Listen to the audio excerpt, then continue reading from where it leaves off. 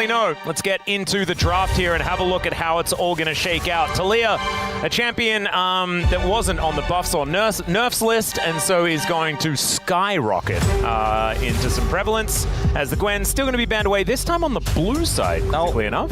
On the red side, I wonder if DRX will drop the Callista ban. We just saw a lot of drops of that ban yesterday, and just ban FAKER's Azir and take that away from him. I think that's a pretty easy choice you can make in a draft like this in game one. Just take that stable, easy B1 pick away from T1, and then you could even ban Xin Zhao with it. So like now we have Vi, Xin Zhao, and I feel like the Azir slots in quite nicely, especially now that Talia's already banned. Doran also not likely to play the Jace, as T1 will give him the freebie extra ban. I would ban Pantheon if I was DRX. You just hope that the Neferi nerfs are going to be enough to stop Owner from playing that champion, and then just ban away Pantheon. And I think they're the most dangerous Owner picks at this point in time. I do agree that if you were going to ban a third jungler, that would be the one. But they'll take the Azir I was suggesting instead. Probably smarter, but I just like, I think that banning out Owner forever is just a really good idea against his team. Such a T1 move, right? Ban the Talia, you get either the Viktor or the Azir on blue side. They've done this so many times this season, where they just first pick a safe pick for FAKER and then draft around that. Oh dear. Sponge looking for the Neferi. Now he's had a few very good games on this pick. They could go Neferi Jace here. They don't need to pick the Jace. So they could, if there's something else that they feel is higher priority, they could leave understandable lock in here, and the Jace will be locked away for Doran.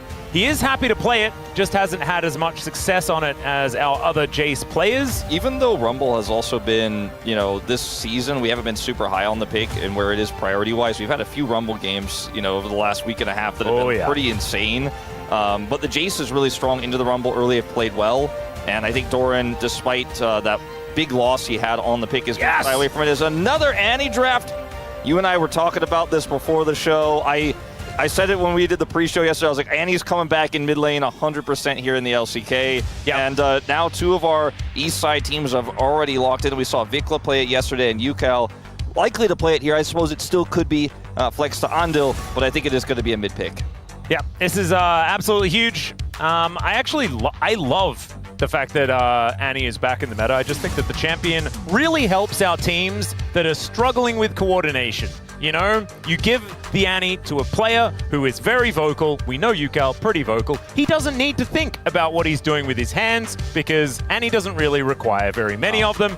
And so he can just be that cheerleader that we know him for, flash tibbers, start fights, make things happen. We'll see how it goes. There is a lot of cooking, though, in this team already. A lot of mid-game power behind both the Equalizer and Tibbers combination, right? You can hold them in place, and the fact that Neferi does want to get that snowball rolling. Some support bans coming on through here is the Tahm Kench that has risen to some priority recently. Yeah, going to be taken away from Keria. Kellen play it with Diablo on the Jinx, and we know how much Keria loves to play Tahm Kench, looking for his 5,000 assists. Guma loves to play his Jinx, so they could still go Jinx Lulu in this draft if they want to, but the Xayah has been such a go-to here. This feels like such a T1 blue side game one draft in like every single metric. And sure, the Jace isn't one that you're super excited about based on Doran's performances so far this season, but you know he will play it. You know he has played it so many times in the past. It's just such a staple pick here. And yeah, you don't have the recon for this Xayah here, but there's a lot else you can still lock in. Like, you can still even play Nautilus here, and I feel like it works pretty well. Gragas is one that Keria has gone to a lot. Kind of like the Gragas idea, being able to split up the fight, get the cow out of there, stop easy, comfortable engages from coming through. And Keria has, I mean, I remember back on DRX, you know, one of the most terrifying lanes for Defton Keria was actually the Callista Gragas.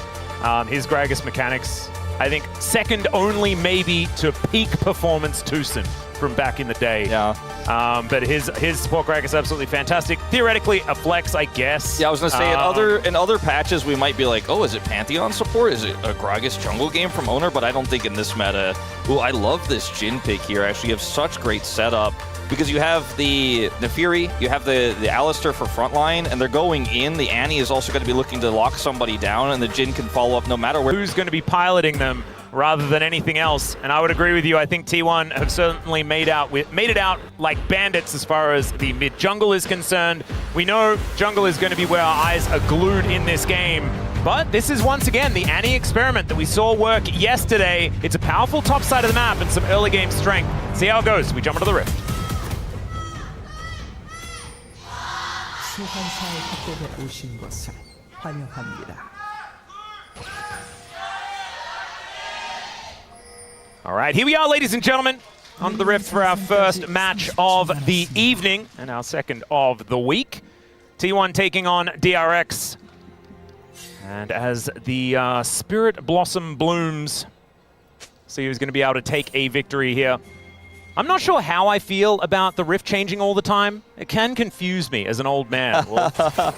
It is, I don't know, I think it's fun. Yeah, no, it is fun. And I was complaining because remember back in the day we had like the Autumn Rift and like the Halloween Rift, and we had the Winter Rift and stuff back before everything was updated in 2014.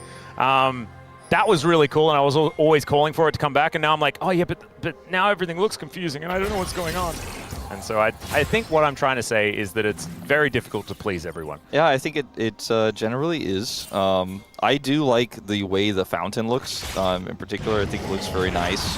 Feels like a completely different vibe. Yep.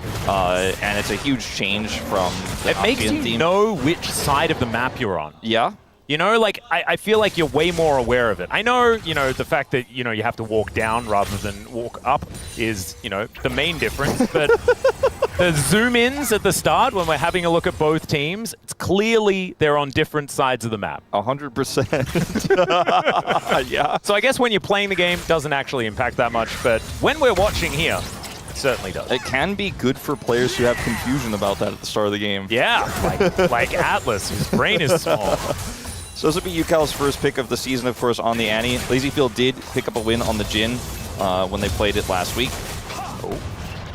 Not quite going to find the barrel, but otherwise is going to be more than okay. Keria and Ganushi just clearing out vision where they can. It's always fun to zoom in on this lane with the rookie foreigner in LazyField up against, you know, Guma Keria, who have been historically one of the most successful bottom 2v2 duos of all time, but not so much this season. Has not been the same level of dominance. So exciting to see what LazyField might be able to try to, with Ondil's help, accomplish here. Top side, we haven't looked at it yet, but you can see Jace is naturally building a lead. That was the other thing that they opted for, the blind rumble, expecting, as you and I were, that Doran would perhaps shy away from the Jace. He is building that lead up there right now. Yep, certainly working out. I think this is to be expected. I think even DRX were expecting this. Doran just isn't necessarily the same kind of hard carry Jace player as we move later and later into the game, right? Like, you give Zeus a Jace, for example, and he wins the game almost alone.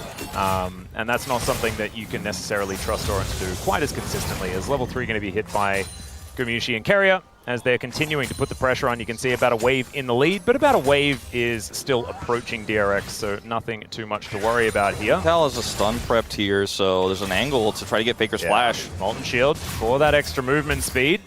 As Faker going to see what he can do here. Gravity Field is going to be pretty powerful as Ona coming in, Daggers coming out, and Sponge going to be able to avoid the stun quite nicely. Okay, Faker's still, though, fairly low here. Not sure if he'll stick around. They will need some help. Keria does come over. So is Ondil. This has suddenly turned into a bit of a 3v3 here in the mid lane. Yep. Faker handled it really well, though. Did not flash. Used his gravity field. Got the stun onto the Neferi. And now it's going to be Sponge heading to top Scuttle. And is actually being followed by Owner, in fact. So the fight will continue. You have to imagine here. Yeah, it looks like Sponge will be able to just come on over and He's take that turn one into away a mid pretty gank. quickly. Wow, the full wraparound and the ward value that UCal got there, pretty dang high. Yeah, that was such a clever move from Owner. He is going to be seen, of course, by that ward. But that was really slick. Yeah, really cool stuff. I actually kind of expected that he would also head over towards that top side, try and contest for the double scuttle. Not going to be greedy, just going to be opportunistic, and I absolutely love that. As Keria doesn't have a whole lot of mana, Deadly Flourish is going to help soften up the Gragas, but not too much else going to come out of this, especially with Gamushi making his way up the lane. Keria not wanting to start anything as Rich is flashing for Doran, who will immediately respond with his own. Okay, that's not quite what I was expecting as we take our first look at the top side of the map. Yeah, very aggressive play there from Rich, looking for the slow. Had a trading pattern, I guess, moments before off camera that would have allowed him to get that Jace low enough where a slow would have killed him. So good flash there in response from Doran. Denied him a cannon off the play. Yeah. High value. Otherwise, just a trade of flashes will be a trade of teleports. You can see Doran tried to stop Rich's back. I think he was successful. So slight delay there. And otherwise not going to come anything out of that. But does give both junglers a little bit more power with both flashes down in the top side. Onto lurking over here. And it is even more scary than usual. Speaking of scary, Gumishi taking, LazyField taking a fair bit of damage as Guma goes aggressive. But as level 6 is being approached, the Annie needs to be mentioned again. Because of course, Flash Tibbers is still exactly what it was all those years ago. Yes. And even just a few years ago. Yes. And then many more years ago than like all those years ago. Ona flashed. And Rich walked. Nice press scrap shield. Yep, nice work on the walking. Just out of range, you could imagine, there for Ona. Nice attempt there, but now feeling bad about losing the flash, and Sponge is going to be seen by this ward, so nothing should come of it. Yukal gets 6. Yep, he's going to get stunned up by this gravity field, and he's tanking an entire wave as well, so I think you're going to need to be, doesn't need to be as careful. Faker's so safe in that last exchange with Sponge and didn't have to flash, now generated a small CS lead, got Prio, is going to come up here and challenge Sponge with Owner, playing the Viktor out incredibly well. Yep. As we'd expect for Faker on this champion, he's been so good at it so far this year. He has mentioned before that he does have a relatively small champion pool at the moment, but this pick has been very good for him. Absolutely. Kel's going to be super happy he can pick up some of this honey fruit for a dragon contest and scuttle contest. And it looks like it's just going to be the scuttle they grab for now. Yukal did buy his Boots of Lucidity, whereas Faker got some magic resistance, which will help him in this lane. Here comes Sponge, though, and they can try to dive Faker if he's greedy, but he's just simply not. Faker's positioning has been so good in this lane. He's played through so many anti-metas in the mid lane, so he's pretty familiar with how the matchup works. Yeah, he's been playing against Annie for like well over a decade. So you could imagine probably not going to be tricked too many times. There have, of course, been some pretty big moments where Annie was in the meta. You mentioned it. I always think of Knight, you know? And it wasn't great memories. You know, something to mention, too, is Faker has had, even though he's had these stable champions he's been drafted oftentimes, kind of pushed out of lane by a lot of different players, you know. He struggled against, most recently, Closer in that B&K series, right? But yeah, he's generated a pretty significant lead here, was a lot of attention given to the mid lane by Sponge and Owner, who helped bail Faker out there, but Faker actually having a really nice start in this game. So it's a big bounce back. You'll have to see this after the GOAT has had some mediocre early games. Not this time. Well, Grand Starfall going to come in here as the equalizer goes down from Rich, but I don't think he's going to survive. Does take a while for him to go down, and Doran ticking, but still has 100 health, so he is going to be A-OK. First blood going over to T1 and taking down the Rumble, a big deal here for this squad. Yeah, just such a long engage range for the Pantheon, and Rich didn't respect it. And unfortunately barely dies there, but does end up going down, or barely doesn't get the kill back, I should say, as a fight here in mid. Yeah, Headbutt Pole coming on through there as the Chaos Storm, or the Arcane Storm, as it is now known. This is a really big timing, though, because the grubs spawn at 8 minutes. They're the only grubs you can get. Now they can contest, actually, with that ultimate from Faker. All right. Or will they? I think they should. See whether Sponge can at least lock down the next one. Kind of important here, and is going to be able to do so. Arizona coming on in, and that is going to be all 3. Actually, never mind. T1 actually able to get one of them. Yep, they got a little bit confused. But it's still the feats of strength is 2 for 3 now, so DRX do get the objective feat of strength off of that. And having 2 grubs is pretty big. And it's like having 4 grubs, kind of. Not exactly, but similar with the new way that the grubs work on this patch. So big win here for DRX, despite the fact that Faker was able to get that wave pushed in with his Chaos Storm. Able to actually get the contest away.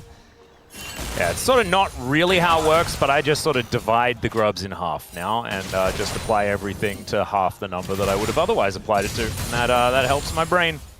As LazyField does find himself a nice little stunt, but Doran answers really well there. And now Doran gonna have to play some DDR, and look at that, side to side to side to side, and he absolutely nails it. LazyField even giving up as he just kills the wave. This could be a trick, though. Good ward from Doran. Yeah.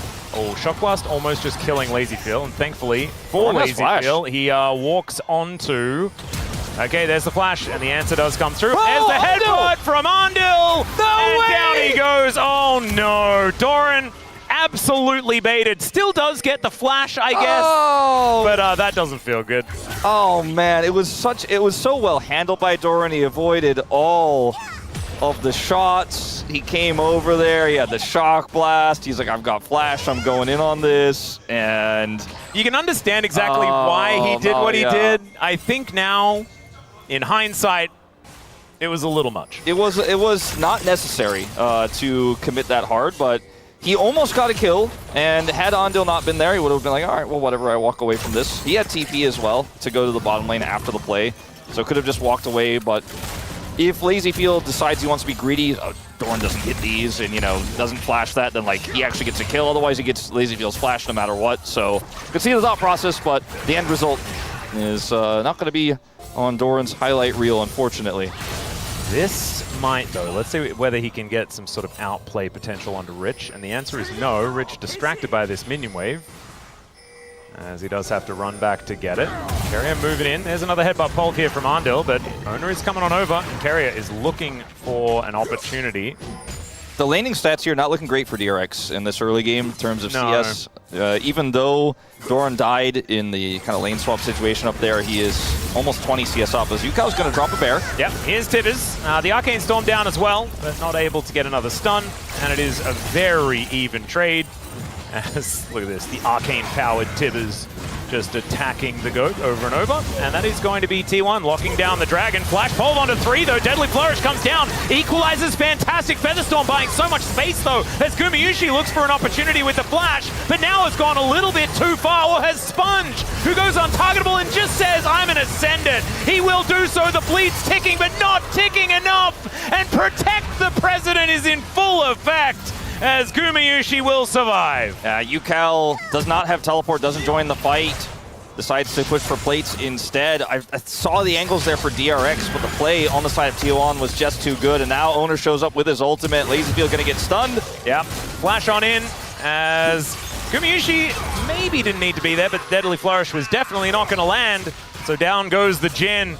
And the woes of DRX continue here in this early to mid game. Yeah, it's these types of scrappy fights that T1 are so known for. They're so good at. They're so famed for. As you see the teleport coming through from FAKER, and Yukao isn't able to stop it. But that's not really the big story here. The big story is Guma going in for this play here. Knows LazyField is now out of shots, and then Owner peeling with the Pantheon here. And then even when the ult comes out from Jhin, everybody's like, nope, you can't hit Guma.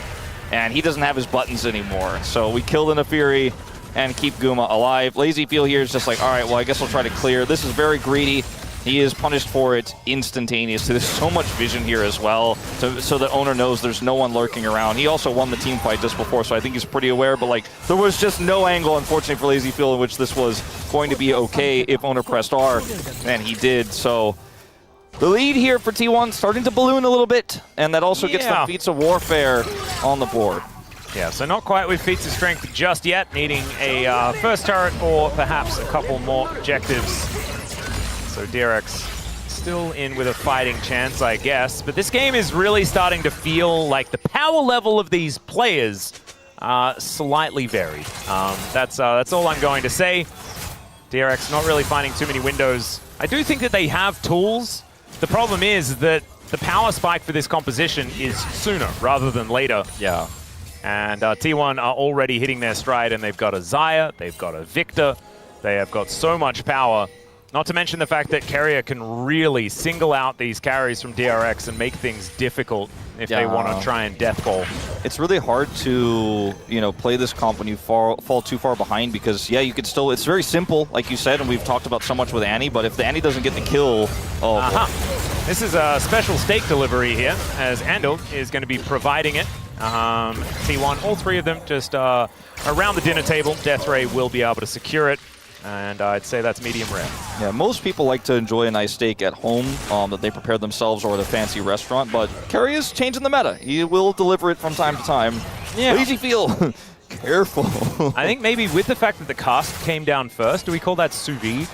I guess so, yeah. You know, because it may not necessarily be warm. It's okay, teleport in. See whether Rich can find an angle here as the equalizer goes down. Carrier and Doran now to walk up the red carpet, and they do just walk. And now Rich is the one that's out of position. UCal came in, but is able to walk out.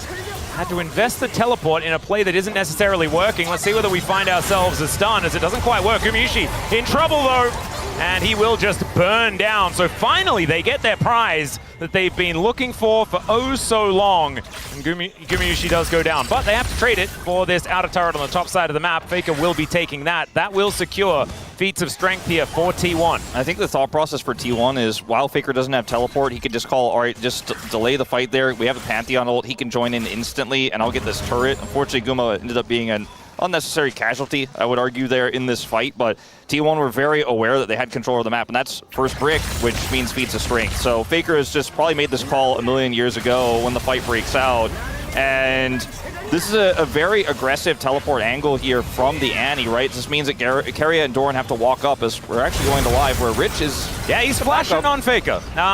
Sponge is moving in, but there's another teleport. Owner is already here. Rich is definitely dead, guys. And Sponge is just going to walk himself out of there. Did not need any professional dog walks or anything like that. He knew exactly where to go. Yeah, sadly we didn't get to see the end of that replay, as I really wanted to see what how Guma got cut off there. I guess he just wasn't quite able to rejoin his teammates and ended up falling, because I like the play from T1 there in the last moments. Now they made another proactive one. And yes, there was a split pushing Annie on the other side, didn't have teleport, but she's not quite able to get the turret. And first blood, that ship is our first brick has already sailed that ship. So, Doran? Well, he is going to go to the skies, and so is Sponge. He's just dead. Doran just locks him down. That was a very strange situation, and I don't think anyone was expecting the electrocute Jace to just come out of their base, basically. Yeah, that was that last electrocute proc probably might have made Sponge jump out of his seat a little bit, as he thought maybe he was safe there. Didn't flash, but did, of course, pop. Now FAKER's looking for another turret here on the bottom side, as T1 have really just grabbed hold of this game. It doesn't look like they're going to let it go. Yep. That's Mountain Drake going on down. They're kind of just taking everything. Cloud Soul, because it is, of course, T1. They are the most trustworthy team in the LCK when it comes to getting Cloud Souls. It's absolutely beautiful. I absolutely love it. And here towards the top side, let's have a look once again. As Doran was just tracking the doggo and then finds it. I think he knows which camps are up. That must have been communicated, because otherwise, why would you chase in a Fury? She just walks to the top safely. He's probably just going, all right, Sponge is low, but he still wants to clear his camps before he backs. I'm going to catch him greeting. And he played it super well. Yeah. And didn't even say anything there. No. Ice cold there from Doran. Eyes on the prize. As T1 looking to start off this Rift Herald.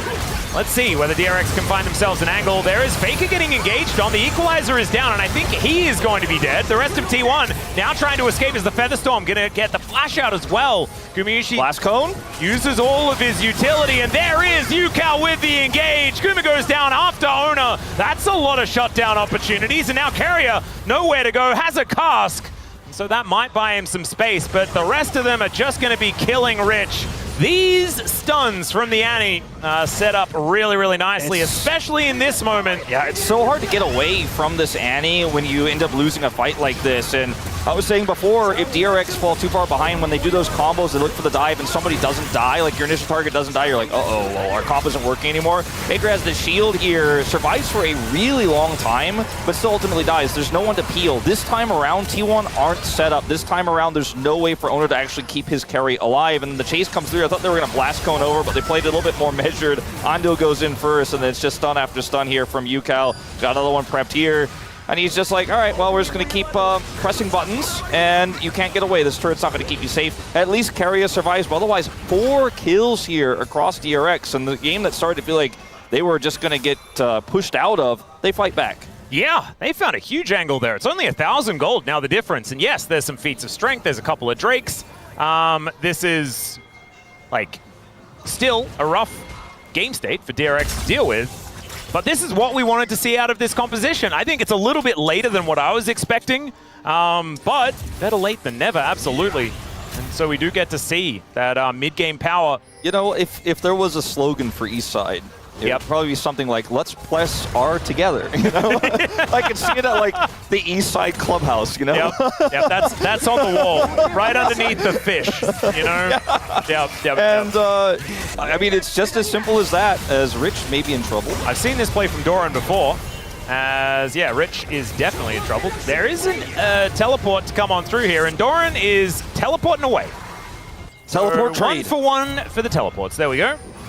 Rich does have his own, so Faker's not going to be able to cross-map alone. Bit of a combo comes on through there. Deadly Flourish is decent. Party cast there from the Gragas as Gumayusi's going forward, but he actually eats the bad end of that trade. Lazy Feel able to dish out a fair bit as well. DRX are not out of this game yet. Certainly not.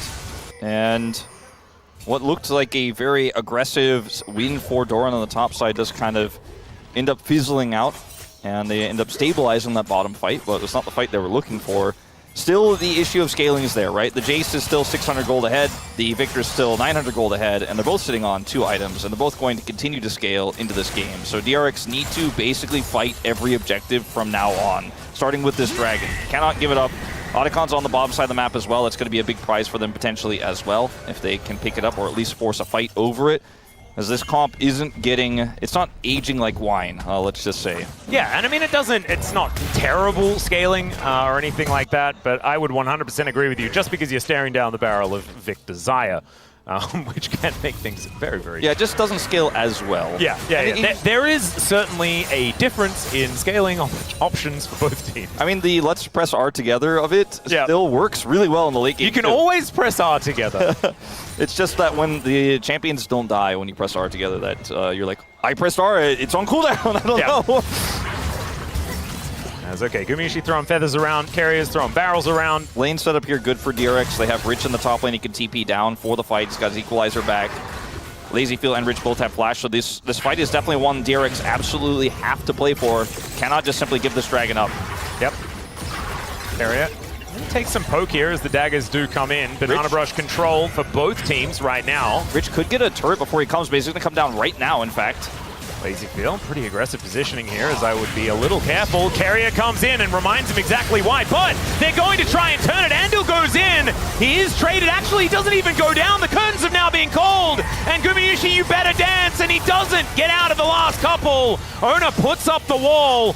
But I think DRX have pushed them away from this dragon now and might be able to grab their first of the game. Really nice flash there from Lazy Feel. He played the fight really well there. His ult was well angled too. Rich on the chase there, forcing Guma's ult out, and that's a dragon here for DRX. They get the kill on Carrier as well. I think ideally they would have liked more kills on top of it, but I think they'll definitely take the prize. The top turret did go down anyways after Rich left. But now Lazy Feel, no cleanse, no flash. Lazy Feel, you're not allowed to farm the mid lane. We've spoken about this already. There's Andal looking for a bit of an angle here, but Sponge going in. Rich turns up as well. Now the real damage gets in there. As over the wall goes the doggo. And thankfully they're going to be okay, as there is the pulverize onto 2. Doran burning down, and Yukao collects the kill. Tibbers is going to lie down, but I think that is absolutely fine. You did your job, big old bear. Yeah. Is it the bear in the bush is worth 2 in the kill feed? Is that the I think that's the saying. It's kind of an old-fashioned one. Going in here, doesn't have his ult yet. If he had his ult, I think there's a real angle. But he does not, so I think it's just going to be that trade of kills. At least they got something back, though. It looked like a big mistake from Lazy Feel, which frankly I think it was salvaged a little bit there by DRX. So another trade of kills, still only 1,000 gold. The difference between these two squads, as we watch it again here, we're going back a little bit further. This is the big fight win here as Lazy Feel cleanses the stun, then flashes away. Perfect angle on that one, and the Rumble does so much damage here. Guma has to ult, doesn't really want to, wants to help turn this fight around when Doran shows up, but they win the fight without Doran, so he just has to leave. At least he leaves with his life. What a well-played fight. And then this is just greed. Bit of a Lazy Feel from me, in fact, in terms of the diligence done on farming this wave. I think that's where the vibes were at. Yeah, they turn it around because Rich is still here. They show up. They get FAKER's teleport as well. And then we get a little bit too excited on the T1 side. Not respecting Andal, not respecting Yukao. And the bear comes down. Yeah, bit of a flash Tibbers. You absolutely love to see it. And 2-0-3 for this Annie as well. I feel like Yukao hasn't been having a jumping out of his chair type performance so far, but has slowly and steadily just stayed in it. he's looking real good on the Annie right now. 2.5 items now completed, Shadow Flame and that Malignance already done, giving him a lot of firepower on 2 items. Yeah, I mean, he's just kind of vibing. Like, when we saw Viktor play it yesterday, you know, he got them some big wins in the early game, but wasn't able to really pilot it outside of that later on, despite the win. But I feel like it's been pretty consistent here from Yukal, how he's playing it, found so many different angles, is getting stronger and stronger. Shadow Flame, ton of extra damage he's going to have. Yep. I mean, the idea with Annie is to, like, use all of your buttons as often as possible, and you die first so that Tibbers goes nuts. Yeah. That's the plan. So having 0 numbers in the middle there is not necessarily utilizing the entirety of Annie's kit. It's like playing Cogmore and not suiciding. Well, with the buffs to Tibbers and having the extra magic pen just flat added to the kit really helps Annie's longevity and her team fight power, because otherwise she is just kind of a stun bot, but does a lot of damage right now on this patch. So yeah, and I was being facetious, of course, gentlemen. That is not how it's supposed to work. But it can work that way, and yeah, theoretically, yeah, it can certainly give you a little bit of a it could be worse type scenario. As this turret, not long for the world, Gumiushi able to walk up and take that one down without too much of an answer. I think one turret has been taken by DRX as well as Game Wolf, so a bit of standing gold on the map. I think with nothing to protect or fight for topside, it was just the right play to group as 5 and look for that turret. Really no downside to it at all whatsoever, especially with no one on DRX threatening that bottom turret, which is still some standing gold they could pick up. So big win here for T1. LazyFeel is not afraid of Guma or the fact that Pantheon has his R button, but I think he should be a little bit more afraid of it. Yeah, there are 2 deaths on LazyFeel right now, and both of them were from standing in mid lane, so I would be a little bit frightened. But he is not going to let it deter him. He's got his Summoners back up now, so there we go. At least a little bit less risky to make decisions like that, but I think he probably wants to keep those Summoner spells. Now the Xayah is really big, and wasn't really allowed to fight the last few big skirmishes, but I think, you know, a real 5v5 group up where T1 are actually playing as a 5-man unit instead of, like, you know, Faker can't teleport or, you know, there's an Annie in the bush. I think the Xayah is going to do big numbers in this next fight. Same with the Viktor that does have an arm guard, so Faker will have an extra life here, so to speak. Ooh, this is looking a little scary, potentially, as Sponge did that flip over the wall, that is otherwise going to be okay. Gumiushi continuing to farm here in this mid lane. 3 items almost done. Yeah, like you were saying, this Xayah is really going to be a problem. Yeah, IE just got picked up here for... Oh, that is huge. So that's big for this fight. Like, once again, this is another fight DRX absolutely need to take, and it's really critical. The arm guard picked up here for Faker. Doran has his 3rd item locked in now as well. Like, this is a big fight. Yeah, and this is big lethality on the Jace as well. These shock blasts going to really hurt us. That's just chain CC, and yes, he manages to go up into the Featherstorm, and that just doesn't really do anything. So Gumiushi just caught in mid lane. A little bit of what LazyFeel was experiencing is going to go over his side, and now DRX moving towards the Baron. And T1, 4 versus 5, they're going to have to go for this. I don't think they can give this up. I don't think they can. It's going to be a really hard fight. Doran needs to hit a big shock blast, but he can't hit what he can't see. Might just have to toss it in, and he does. Hit Sponge.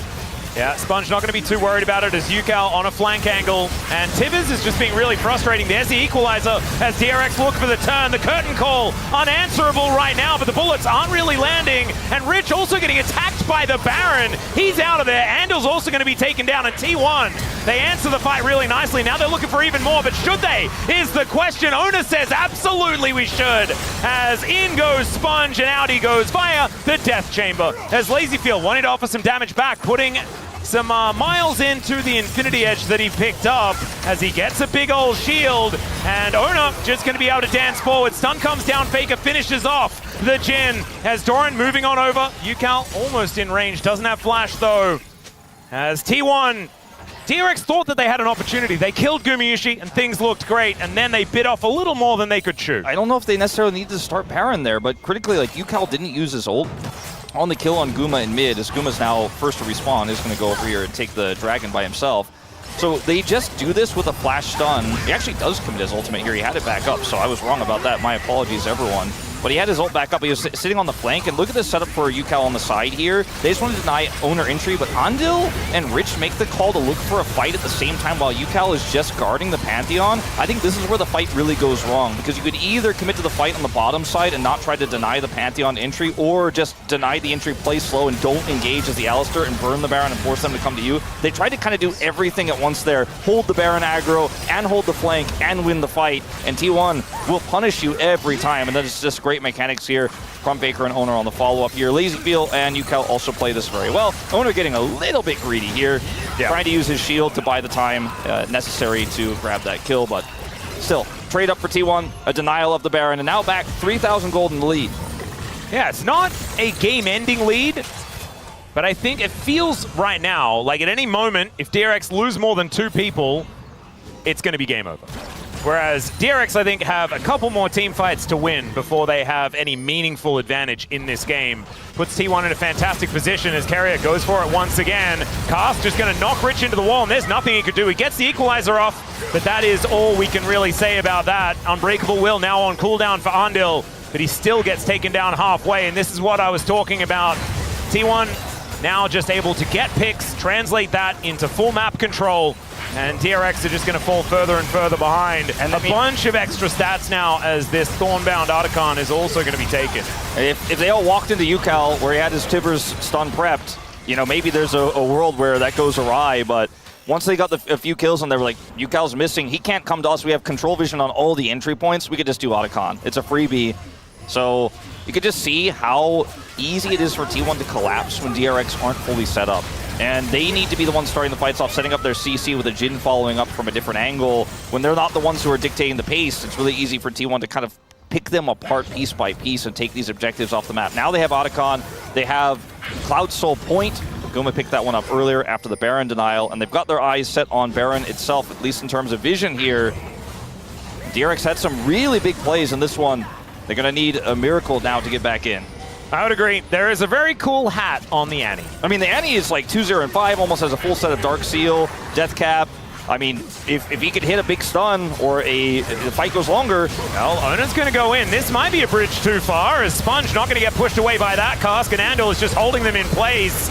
Can Owner get over the wall? That's the question. As Gumayushi says, it does not matter. He can go where he wants because I am massive, and he absolutely is. There's the double kill for the Xayah. And Gumayushi, I think, is a little upset that he died a million times in the early stages of this game and is going to finally get his revenge. Yeah, he did scale very well in this game, even though he was caught and focused so much in this game. There's a lot of CC, there's a lot of explosive damage here on DRX's comp, so he only gets to press R once, but in this situation didn't need to press it at all, as they were in full control, as Owner tanked a bunch of damage, and then they won the fight. That's kind of how T1 has been winning a lot of their series this season, hasn't it? It's been Atlas.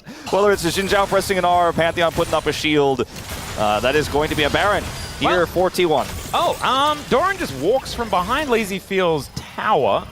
Thankfully, he's got some Cloud Rift to try and utilize, and Doran, I don't think he's going to be too worried about that one. Never mind, they're not going to dive. Andil had just turned up, so LazyFeel will survive. Is it an overextension? That's the question, and the answer is no. Let's have a look at this fight one more time. It looks as this like was once, this is exactly what I was talking about. T1 kills 3 people, game's kind of over.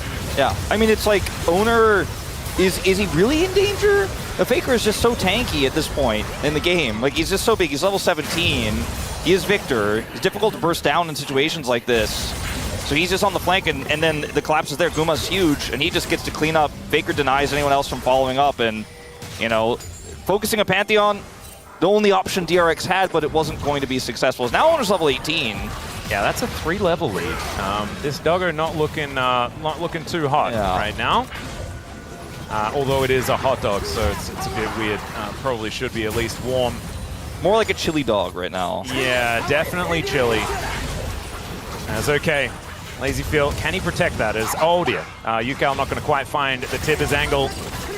Kind of tells the story of this series a little bit as Grand Starfall comes in. Decent cap jack there from LazyFeel, but I don't think it's going to save his life. His spear will be avoided, and so maybe Owner is not going to be able to get that one done. Still, he survives, and they take down Rich as well. And DRX just a little too far behind, ladies and gentlemen. T1, they've scaled into this game, and they are going to utilize that to take down this Nexus here in game number 1. LazyField just going to have to dance away from some of these skill shots as he watches his Nexus explode, and I don't even think he's going to be able to do that because Carrier decides that he's worth killing. Let's do it.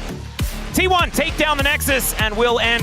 Still a worthwhile prospect. Yeah, unless Sponge is going to first pick it, which would make sense, I suppose, but if you let Owner have it, I might let DRX have it, if you know what I mean. Yeah. There's a bit of a danger here, as the Vi is going to be banned away, so now it feels safer to ban the Xin if you'd like to. See whether DRX do feel like it, because it could otherwise be a look towards Gumayusi's champion pool. You could just ban Varus and try and pick something a little bit better for LazyField. I feel like his Jhin was utterly forgettable in game number 1, sadly. Yeah. So they are going to go on that tack instead, with a lot of Gumayusi's champions now taken away, because Jhin and Xayah are 2 of his favorites. This is such a Taliyah first pick angle, I feel like. Oh, the Xin Zhao got banned by T1. They could have looked. I thought T1 was going to ban something else and say, okay, you get Taliyah, we get Xin Zhao, we like this. Or you get Xin Zhao, we get Taliyah. So I think this one is pretty like non-negotiable. That makes a lot of sense. But let's see what T1 are able to get here in return. As you know, there's no Vi here, there's no Xin Zhao. Maybe we'll see FAKER look towards the Ahri pick, for example, one that he has gone to when a lot of those other picks are taken away, especially if the series goes deeper. Yep, especially into Taliyah, we see a lot of our LCK mids opting in for the Ahri matchup. For me, I'm more curious about what Guma's going to play. Yeah. Because we've seen him go to the Lucian, for example. We've seen when the champion pool gets thinned out, the Varus is gone, the Xayah is gone. He doesn't play Ezreal, he doesn't play Zeri, right? Nocturne for Owner does feel very Owner here in this draft. I thought perhaps he'd be looking towards a Viego instead, but wouldn't be picking it this early. But he wants to pick this one up here. Has some decent synergy with the Ahri, and is another champion that can impact the map globally, just like the Pantheon. So it's a great way to play your win cons, but looks like they're going to instead take the MF for Guma. MF for Guma is not what I was expecting either. I kind of thought that we'd see like an R3 Lucian type angle after LazyField picks up an Ezreal or something like that. But instead, it is the Misfortune, which we've seen have some positive performances and some negative ones. What I really do not want to see is Kai'Sa into Misfortune. We've seen that tried so many times, and it is not really working. And they're going to go for the Ezreal instead. LazyField has impressed us in some of his Ezreal games with really good team fighting, really good positioning, aggressive plays. Kind of like Diablo, kind of like Smash. Some of our younger AD carries really like to play this pick very aggressively, and has played a ton in challengers, of course, so they have a ton of experience on it. What's the jungle pick going to be here? Could be a Sponge on Viego, but instead, just going to look for the Leona really early in this draft. Yeah, that's an interesting one. Of course, Leona is often picked into Misfortune. You can interrupt the ultimate, things like that. Like, we've seen that, but picking a support this early is a little dangerous, especially when you're handing over counter pick opportunity to Carrier when there is still 1 pick left up and available. Yeah, looks like they're still going to go for this Nocturne pick. Okay. Andel has played a lot of Leona. I feel like it's a pick he's very comfortable on, and perhaps that plus the fact that it's good into the MF and okay into the Rel is part of why they grabbed it. I think they'll ban the Rel now that the Nocturne's been picked up instead. Yeah, I would agree. I think it's support bans on DRX's side, and I was thinking jungle bans for T1, but instead they're going to focus out Rich. Of course, Rich did like to gravitate towards the Ambessa, definitely earlier in the season at least. It's very good into Misfortune as well, especially when you don't have a tank jungler. Just really easy to get on top of her, whether with your ult or just by dashing several times to close that gap, while the Misfortune is very immobile. So I do like that ban, but I do think something like a Viego ban makes sense here. Because you look for the pick with Leona, Taliyah, Viego gets that kill, you get the reset. That kind of fight seems pretty obvious here for the side of DRX. Although Viego's been very polarizing a pick. The Wukong, similar situation, obviously not with the resets, but the follow-up to that single target is very, very strong. Great into Misfortune as well. I think it's a really smart ban, actually. I think Wukong would be kind of devastating if DRX are able to get their hands on it. There's the Rel that you were talking about, so the couple of support bans for DRX, they do get rid of these. It's going to get a little bit weird. I think they just have to play Nautilus here. Yep. And luckily, because this Leona was so face up, they could grab it early. Considering a Bard, and even potentially, I mean, this pick is so strong into Leona. But I think the Nautilus is the safest one, especially into Ezreal. You can guarantee you get that big hit, that CC onto the Ezreal no matter what, even if he shifts away. Yeah. I think the Elise is better for lane control, and I really am not a big fan of blind Elise, but I felt like in this scenario, especially when you have the Ahri and the Nocturne, it was a cool idea, but Nautilus much safer, much more robust. Yeah, does now mean that Doran can kind of play anything as well because you have Engage coming out of the bottom side of the map. I think what they were thinking about was like, oh, well, we'll just put Doran on Ornn or Sion or something like that. But then maybe he's not going to have the greatest of matchups if he does want to do that. So there's the Viego that you were talking about. I'm worried about the Paperman. I feel like Viego hasn't found too many inroads so far. Call me crazy, but this was not what I was going to say. I was going to say, I feel like Cassante kind of goes hard here for DRX. I mean, Rich has been pretty amazing on his Sion. From the other victories that we've seen from DRX, a lot of it has been to do with this guy's Sion, as the answer from Doran will be this Camille. Camille Nocturne, pretty powerful, right? You can play out these 1-3-1s pretty devastatingly. It's great in side lanes. Yeah, exactly right. Key pick in a lot of these drafts because it just puts a hole in the top side of the map. Yeah, it can happen. Rich did show us that sometimes it's not a hole. Sometimes it is just so much health that you cannot get through it. And we'll see whether DRX can channel some of that or whether T1 just once again are gonna look better. Let's dive into the Rift.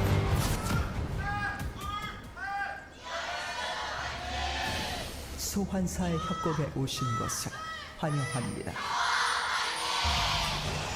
All right, here we are, ladies and gentlemen, onto the Rift for game number 2 of DRX versus T1. And I do want to address a cute little fan sign as well that was up there before. I didn't read the whole thing because, of course, my Korean is not fantastic, but it basically said, sorry, Mum and Dad, but I had to go and watch T1 on Parents' Day, which was very, very cute. Happy Parents' Day to all of the parents out there. I need to send my mom a message. I kind of forgot. Mother's Day and Father's Day haven't happened yet. For the US times, at least. Yeah, for Australia, Mother's Day is in 4 days. So it's on Sunday. Yeah, I think it's the same in the US. Is it really? I'm pretty sure. I always thought that they were a bit different. Or is it like Father's Day is different, but Mother's Day is the same? As now Faker could be in a little bit of trouble here, as some rocks are being flung at him. Carrier moves over. Gumishi's here as well, and the flash has to come out. The Ignite was traded for it, as Carrier also taking a little bit of damage. And already, DRX finding some angles. Well, this is really rough for Faker, even though like he lives, he doesn't have flash, and now Yukal has a huge health advantage, and he's just going to start throwing rocks. Although most of those didn't hit. But he is going to try to trade aggressively and look for level 2 first and try to put the pressure onto Faker. So it's a big win here at level 1 for DRX. Yeah. Yukal is going to miss a bit of this farm. Owner. The greatest, and Owner is going to come on over for a very aggressive invade. Yeah, looking to potentially set up some vertical jungling. Also has that ward, so knows exactly where Sponge is on his pathing, which is the normal Raptor start into the red buff. Yeah, it's like Raptor Krugs red. It's interesting. Yeah, he did go Krugs first for some reason. And by the way, we'll clear his bottom side, but if he doesn't suss this out, he'd be in trouble. It was a ward on the Raptors, so that doesn't tell him guaranteed, but he might have some sort of idea depending on how Owner left the pit, but he probably pathed very well. Just going to go down and get his Wolves, which is going to, you know, not be the first sign, but after the Wolves, he will know, oh, okay, some of my jungle has been taken. Nice little start here, despite, you know, the lead in mid for DRX. He still gets away with it. Yeah, you can see pings onto exactly where Sponge is. He gets the bad news. I think there was a ward in the Raptor pit of T1. Yeah, there was. Well. So I think that they should have probably known. Owner could have, I don't know exactly how Owner may have walked. Yeah, he could have walked a weird way to make it look like he was going to do his normal red buff clear and then just went around. Well, speaking of having a look for him, Sponge is going to move on over. His hook is going to connect here by Carrier. Good exchange onto Lazyfield. Make it rain, also making things tough. But Andil, he's still going in. The Eclipse proc actually doing a fair bit of work there as Owner wanting to go aggressive. Doesn't get the attack speed from the spell shield because Sponge missed. But him and Yukal still wanting to go aggressive. And this ward, actually very high value as Sponge just steals away the blue. So answers Owner's aggression. Carrier not quite able to get up there in time as Andil and Lazyfield also moving in. The coordination from DRX looking a little better in this game. Yeah, just really great coordination in the early game. Looking for the level 1 to Faker. scouting out, albeit slowly, the steal in the jungle, going straight cross-map to Owner's jungle, having the burst with the Q-Smite there for Sponge, protecting him to allow that play to happen. Oh, Doran going in. On to Rich here. This Camille, kind of deadly. Doesn't have a lot of mana. And Rich is still just going to go back home. Yeah, you know, Doran is such a fitting name because, he either is Doran's Blade or he's Doran's Shield in the top lane, right? And I feel like the game has been telling me for so long that you should only buy Doran's Shield. But recently, I've been seeing Doran Blade pop up. I've been seeing him be a little bit more aggressive. I'm finding some success. He had a great time last game around. I love that the irony is that he bought a Doran Shield. Yeah. In this game as well. I know, but now he's got a Shin. Yeah, that's looking a little bit more bladey. As Yukao will get charmed. Does pick up this wave though, as FAKER will be going back home and actually navigated the lane just fine. Of course, Yukao sitting on a couple of biscuits and a couple of potions. Biscuits not necessarily as crazy as they used to be, but still going to be feeling okay as far as sustain is concerned. And FAKER now able to teleport back in. Refillable potion refilled is what you want to see. Or is it just filled because it's like the first time that he's brought it back? I think it's still refillable. Right? Yeah. Because even though it's But he didn't fill it when he went back, he bought it. Yeah, but it can be refilled, so I still think it's refillable. Does Boris refill it for you before he gives it to you? Like, is it sort of like a... I think it's like if you get a bottle of water at a restaurant? I think it's sealed on purchase. The sponge is up here, but can't do anything. So yeah, back to, oh, hold up. Yeah, Yukao not going to get hit by the Dustbringer as Seismic Shove comes through, but the charm was in the air, and Yukao just walks towards FAKER and dies. Yeah, that looked very funny. It almost looked like the charm just had an insanely long duration, but it was charm into fear. Yeah, and also he got feared with Phase Rush procced, and so he walked very, very far. Yeah, that's very funny. He could have flashed the charm, but thought his Seismic Shove would be enough to buy the space he needed there. And considering FAKER already had his flash down, I do feel like you could flash that and be totally fine. Yep. Decided not to. Played it greedy. Sponge is going to come over here and potentially challenge this Drake, but with no mid-prior, the wave crashing, I don't think this is realistic. Well, there's a bit of a battle towards the bottom side as Carrier going down very, very low. FAKER thinking about moving on over to defend that one. There's level 5s for both of our junglers. Yukao will be able to skate his way over here. The Dragon is down low. It will be a smite fight, won by Owner for now, as he'll have to flash to get himself out of the way. But Andil, he's going to follow him. The Weaver's Wall comes in, and they all pile in on top of the Nocturne. And he will be seismically shoved into the Death Chamber. FAKER now moving back towards mid, and DRX will be able to try and find some of the spoils as Sponge transforming into Owner will be able to take his Grump. These are the Andil games, you know, where you're like, oh, I see the angles. I see why this guy got his starting position back, because they're looking for more here now into the bottom lane. Oh dear, there's a flash immediately by Gumayushi actually, as Carrier is the one that's going down very low. Andil able to get himself out of there, but Sponge is just dead, and that was a whoopsie. I mean, trying to dive in Nautilus can be very difficult, as we know. And as DRX were reminded, DRX really are a 1 foot forward, 1 foot back type team, are they not? Yeah, it's very often. I did really like the Dragon play, though. Yeah, you see, like that was great. And then they go and just run underneath the outer turret. And so that was the not great. And so now we're back on the great side of it. It's really funny that, funny, sad, whatever, it's interesting, let's say, that I feel like DRX's more coordinated shot calling seems to be a double-edged sword in some of these situations. Like the Baron call last game, where they had things set up too well to try to do everything they thought. They're like, oh, okay, we can both do the Baron and win the team fight and block Owner out, and then they died there because they're so confident they can do it. In this case, like, oh, we're so ready to win this Dragon fight, and then, oh my god, we can actually coordinate this dive down here in the bottom lane as well. When could have just been happy with the dive and maybe zoning away the bottom duo instead. Sponge is going to be able to take this first grub without using Smite. Yeah, so grabs that one. Carrier just going to stun up Andil just for a moment as he's pulling him back in, being a little bit frustrating, and Andil going aggressive. Doran moving over as Rich trying to defend, but the Q finds absolutely no one, and Andil is just dead. Can they get anything in response? That's the question, as Seismic Shove will connect onto Gumayushi, and Rich, he's going to survive. They're looking a little worse for wear. Teleport has just come back up, though, as the Grubs move back into the pit. Lazy Feel positioned here in this mid lane. But I don't think they're going to be able to defend as these grubs are taken by T1. They should gonna be able to try. get two of them, as never mind. I don't know if they should, but they're going to. Yep, Carrier sitting in this brush here. True Shot Barrage not going to hit anyone. And there are both of those grubs going down. In goes the Scion as he's trying to get rid of Gumayusi, and that is an engage onto Lazy Feel if ever I've seen one. He just evaporates. Andal going aggressive, and Yukal trying to find a few windows as there's the flash in from Doran. Hextech Ultimatum onto Sponge, but now he's just in the Thunderdome by himself. T1 kind of playing it well, being able to take one of them, but they lose their AD carry as well. And finally, they're able to take down Sponge. Rich now coming on in. He's now joining the rest of T1. These health bars are so low, but nothing's landing from DRX. They can't get any of the kills. They don't have enough damage here. Without Lazy Feel, I just don't think you can win that longer skirmish. Ends up being a trade, but a trade up for T1 again. Now 2,000 gold ahead in this game. Faker sitting on 3 kills and 6 stacks of Dark Seal.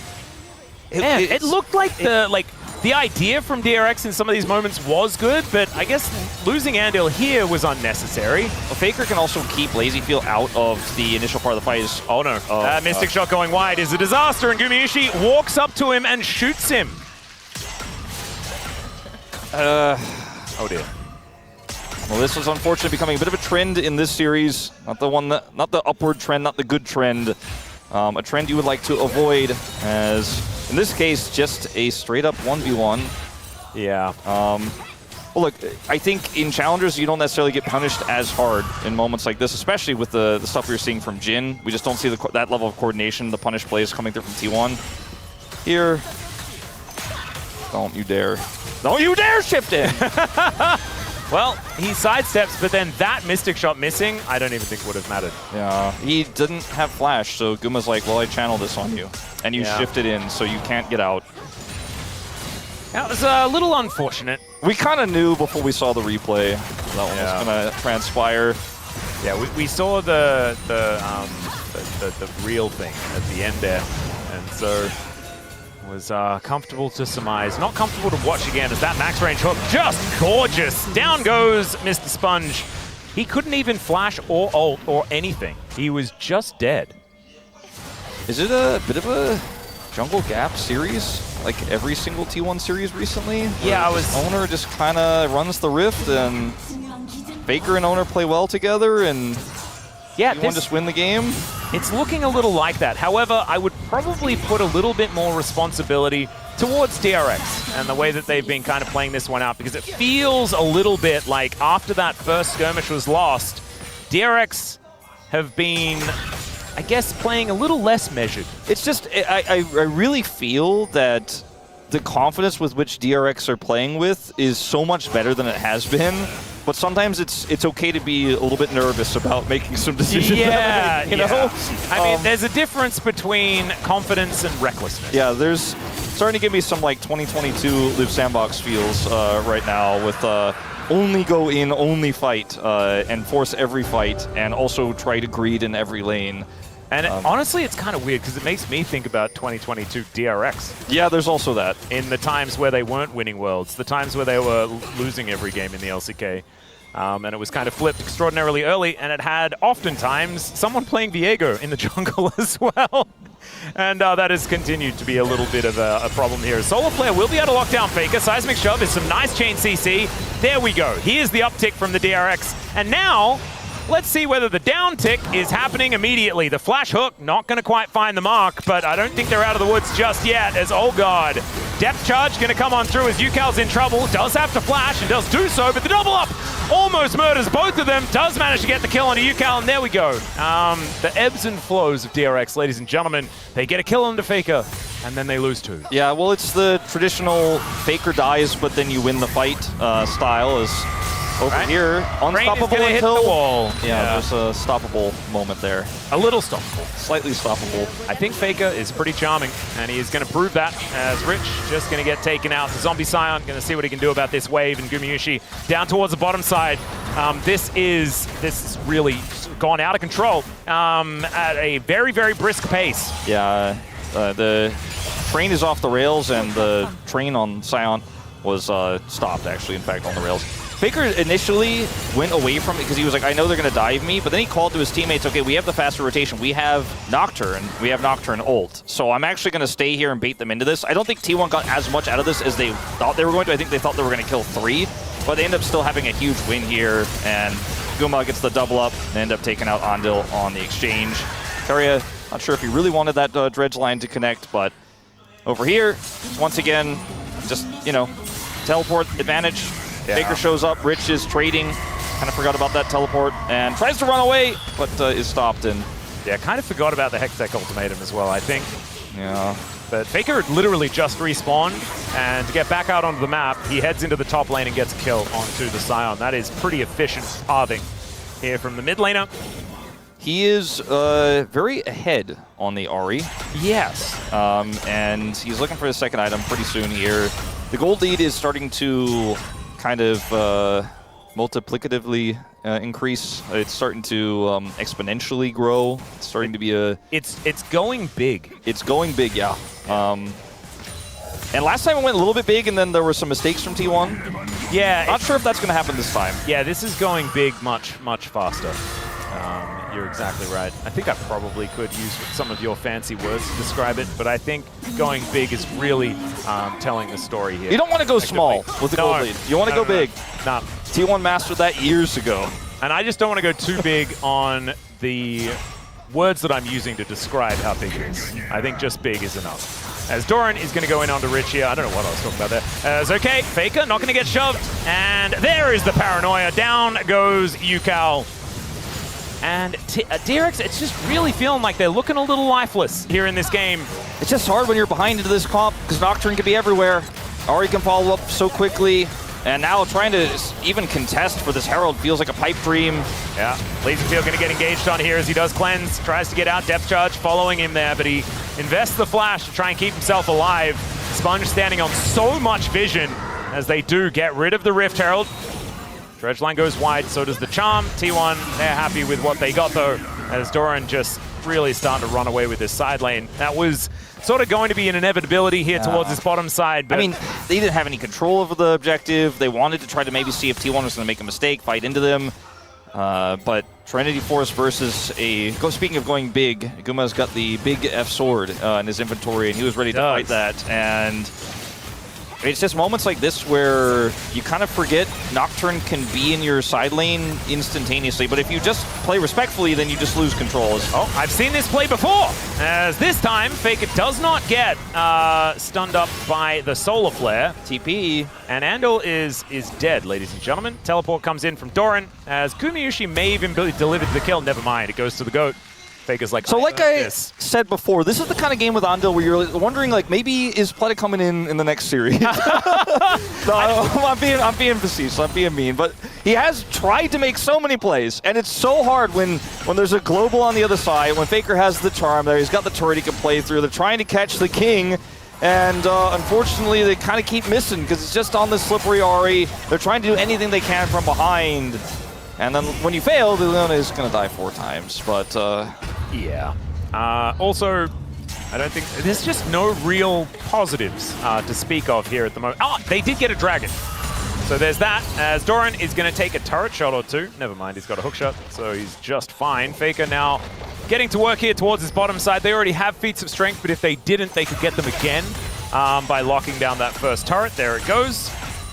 And even more money into the coffers of T1. Gumayushi moving forward towards LazyField, is just trying to take down minions in this mid lane, get to that 2-item spike that's feeling a little delayed at this point in time. I mean, this is just an attempt to kill FAKER that does not work. Even though he gets stunned by the rocks, Yukao is like, well, I'm not going in on this. Unfortunately, that is a big Ahri. Yeah. He also went big. So Yukao just abandons Andil, and Andil just tries to buy time. Yep. Why they keep coming at me? Yeah, what are they doing? And the thing is, I think a lot of people have learnt that focusing FAKER in a side lane to the detriment of everything else is generally not a great strategy, as Doran looks for Sponge, and it doesn't work. This could backfire. I think it may already have backfired, as FAKER is also dead. Sponge grabs another reset. This is where it's fine. Okay. As T1 take down the inner turret, and this one as well. Faker die inside and you get the cross map win is another archetype, because there's like Faker die inside, win the team fight. There's Faker die inside in the cross map. There's also Faker teleport to die and win the cross map. So this is the new T1 though with Doran. So it's Doran die inside, Faker come join him to die inside while they destroy multiple turrets elsewhere on the map. Faker is just a bro, you know? Exactly. He wasn't going to leave Doran out alone. No way. No. And Doran was out, by the way, guys. And then he just kind of messes up the hook shot as he stuns Rich and then flashes in the face of Sponge. There was probably, in realistic talk, like there was probably a split call here or a indecisive call. Like Faker's like, I think I could TP on it, and Doran's like, okay, I'm going back in, but the TP came very late. And yeah.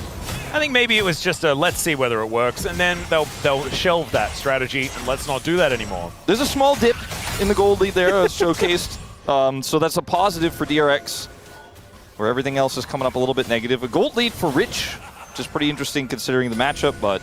I mean, if this game goes infinite time, DRX could win. So maybe they, like, if they still have... like base turrets, they're already missing one, so it's already not going so well. I mean, but like if it goes really, really long, like the Scion will be impossible to kill. It's only Faker that does magic damage on this squad, and Ahri isn't necessarily known for being super good at cutting down front line. I mean, Malignance and the Leandrin certainly it does help, but I think it's the right build here. I just don't know if the game is going infinite time, especially because Guma's got his 2-item spike and LazyField's still working on it. Maybe, you know, a few minutes, maybe a minute or two away from getting that right now. You know, it's pretty low, or pretty late 2-item spike to be hit for LazyField if he doesn't get it in the next minute or so, but he still will have it. So the problem is that they can't get control over the map to fight for objectives, and they keep getting picked in sides, and they keep losing turrets. You know, T1 has 5 turrets. They got the inhibitor turret. Yeah. So that's the part of the game that's making me feel like it's not going infinite time. Oh yeah, like it's almost definitely not. However, I wanted to kind of like take a moment to mention like a scaling possibility, and then get back to reality immediately afterwards, because it just feels to me that I don't even think the compositions are all that relevant. It feels like DRX just aren't playing as well as what we saw of them in previous games, right? This is the team that managed to stop the Bros that were, you know, on a relatively decent streak. I mean, Bro beat T1. Right. And DRX not quite being able to do so here. As the Archon has been started, can DRX find any angles here as the Paranoia comes on through, and down goes Yukal once again. This guy's Talia has looked great. But I'm starting to doubt my memory right now. Unfortunately, I think the issue is just you're not allowed to be by yourself ever into this Nocturne, even if they are doing Otacon, because they'll just collapse on you, and Owner just so good at that. And now they can just go straight back to the Otacon. Keria on this really cool flank here as well, as Faker shows up with his ult.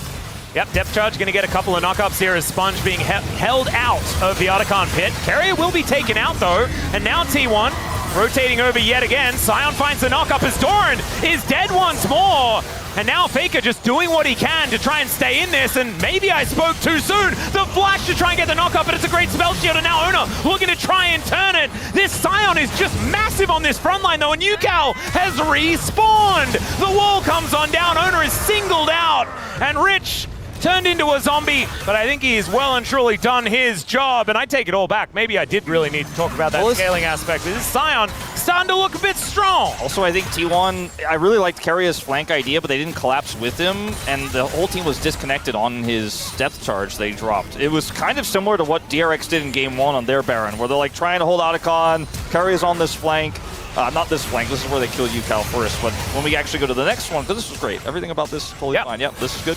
This one, Keria's on a really deep flank. Faker isn't here yet, and they don't collapse very well. Like, the Otacon's at half health. Faker is still not here. The TP is there, so he's like, I don't know about going in on that. So Keria ends up dying, and then they still commit in further.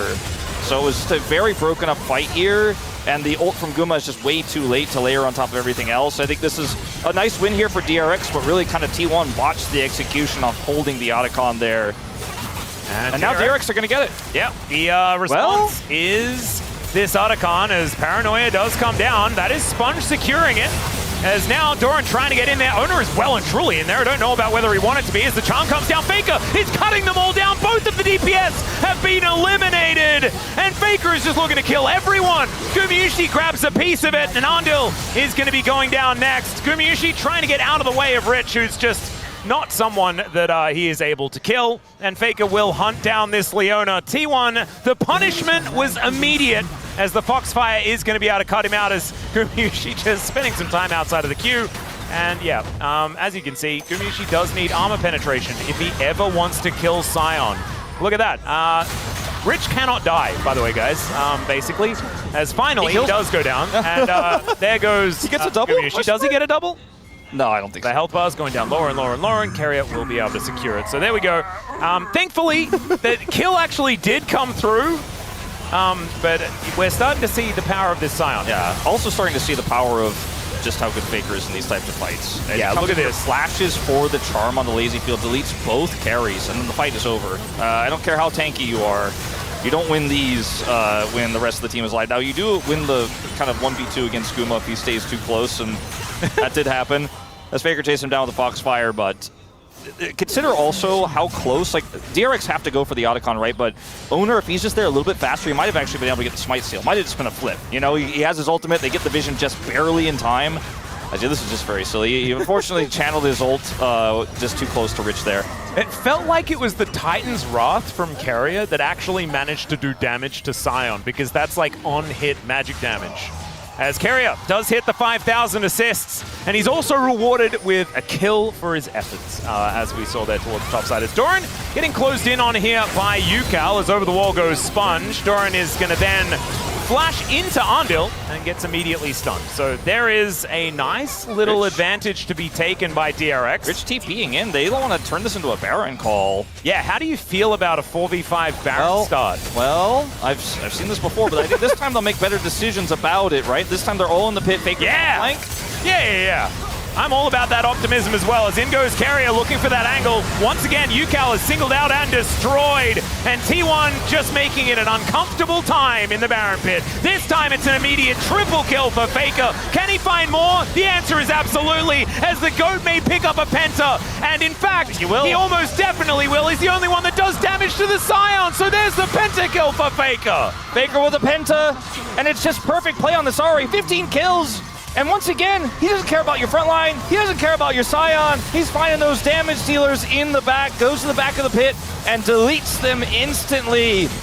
Such great play on an iconic pick for FAKER. He has so many of those. But the Ahri, we knew it was coming in the draft. They pull out Owner's Nocturne. They work together so incredibly well. And it's just been these two players against every single team, and Owner's picked up a lot of these POMs. I think it's going to be a split vote this time around with FAKER's Ahri performance. It all starts off with Doran getting caught right, then they turn to the Baron. Watch, you'll see Rich TP right after this on the Scion, because he's like, all right, we have to look for the Baron. We have to look for something here.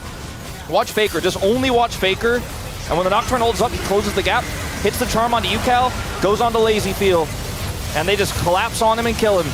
It's just great play from FAKER and the whole team. I mean, Owner turns off the lights, and yeah, you have a Scion as your front line, but they just kind of skipped it. They were like, all right, we'll just run past him. Well, their entire front line was doing basically nothing the whole fight. Andil was standing in a brush. Okay. He spent the whole time just walking around. As FAKER looking pretty chuffed with the pentakill there. And, oh man, it's just frustrating, Wolf, because DRX, we just watched them do it in the last game. You mentioned it before as they were going for the Baron. We're like, surely they're going to learn. No. Not really. Not even a little bit. Yeah, they definitely needed to look for the fight in this case, and trying to hold the Baron and try to rush it down, trying to burn it was unfortunately not the call, especially into this comp where Owner is just going to zoom through, turn the lights off. Maybe they'll catch him unawares. Nope. They might catch him aware. Yeah, he's aware. That could be the way. That's all right, Spell Shield, not going to get that value as the knockup does come on in. The crash into the Nocturne as True Shot Barrage doesn't connect, but now the bullet time is going to cut down Sponge so quickly. Lazy Field, he's not getting out of there. And down he goes. T1 just a little bit too far ahead now as Yukal, he's going to come in, but he's kind of like Donald Glover, holding the pizza with his house on fire. As Rich is a zombie, and FAKER is not even going to let Yukal get out of this one. He is going to get charmed and destroyed. There's another ace for T1. And you've got a bit of a palindrome when it comes to the score lines here. 13-31. T1 very happy about that as they're looking to close this one out 2-0 right now. Yep, that's the end of that. Owner's like, all right, Xinjiao, our button can't get hurt. Pantheon got a shield, can't get hurt. He's like, Nocturne is spell shield close enough. Yeah.